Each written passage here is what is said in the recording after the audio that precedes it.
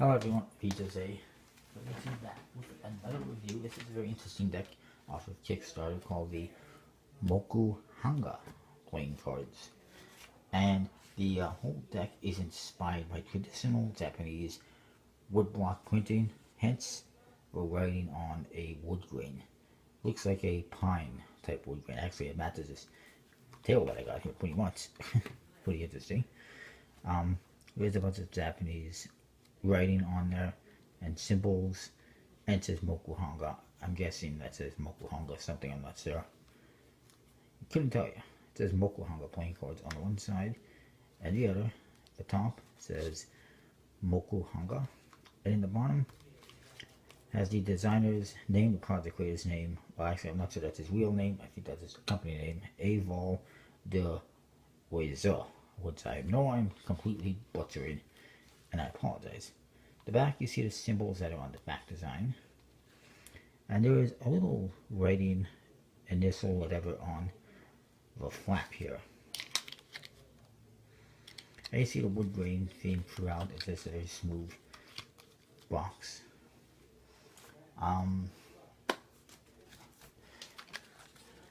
Yeah, to the cards. The jokers actually represent the, as they're known, the yokai, which I forget what they are. I apologize. Apparently, there was supposed to be 4 jokers, but it only ended up with 2 somehow. But that's what was in the project, was 4 jokers. But these are the 2 they went with. The first one here is the Onai, which is a demon. And it's just joke in the 2 corners in Japanese type fonts. And you see it's just a weird demon type figure in Japanese clothing.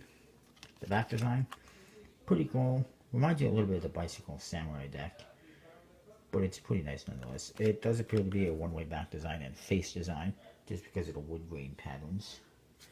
The other joker is Nago, which represents beauty. As you got this long hair that ensnares males, I guess. And that, pretty cool.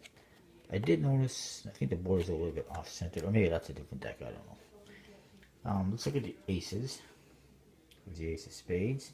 As you can see, there's bonsai trees in the background. I think that's pretty cool. This one looks more like just a tree branch, but we'll go with that. The rest appear to have bonsais.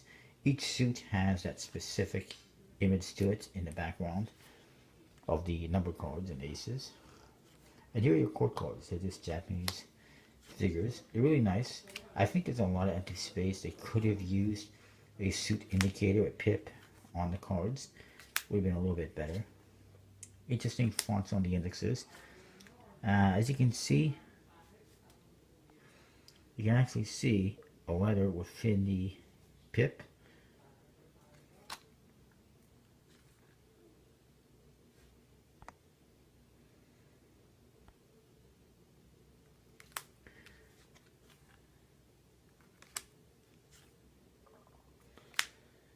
Which is pretty interesting. And you know, kings have a K, queens have a Q, jacks have a J. Nice colors and outfits that they're wearing, very traditional Japanese looking. I like it. The number cards, as you can see, custom pips. Each suit's got its own bonsai tree in the background, and each index has a different symbol for what the number actually is within the pip.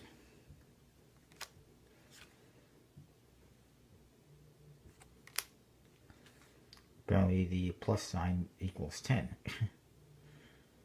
And that almost looks like a 5 or a 6. But anyways, that's what you get. The cards are produced by MPC, last I checked. They have a nice embossed stock. It could be the linen air. It does seem to handle pretty good.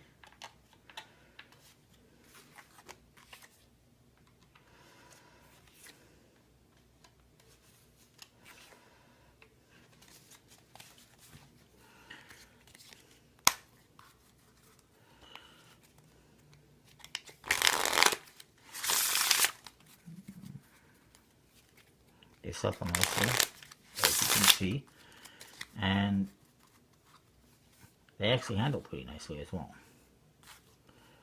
Overall, let's see what I think of this deck. As far as handling is concerned, stock and finish, considering 10PC, it's pretty damn good. nice stock and a nice finish. I'm going to say that I like it. 4 out of 5, I'm going to say. Or maybe, well, considering it's NPC and it handles pretty good, I'll say 4 out of 5. If it was a USB-C deck or a Legends deck, it'd probably receive a lower score. But for what it is, it's pretty damn good. Art-wise and theme-wise, I like it. Nice, solid effort. I like that everything is well done, despite it being a one-way back design. I like the theme. I like how it was put together. And I will give it a 4.5 out of 5 for style and feel. I really like it. As for usability, it's pretty usable. It would have been nice if there was suit indicators on the code cards, because with the fonts that they used for the writing, it might be a little bit harder to identify. But outside that, it's not bad. I think for usability, as far as magic and cards is concerned, probably 3 3/4 out of 5, just because the fonts and no indexes in the code card, or suit indicators on the code cards, I should say. But outside of that, not bad. Overall, it's a pretty solid effort. I like it. I will say overall,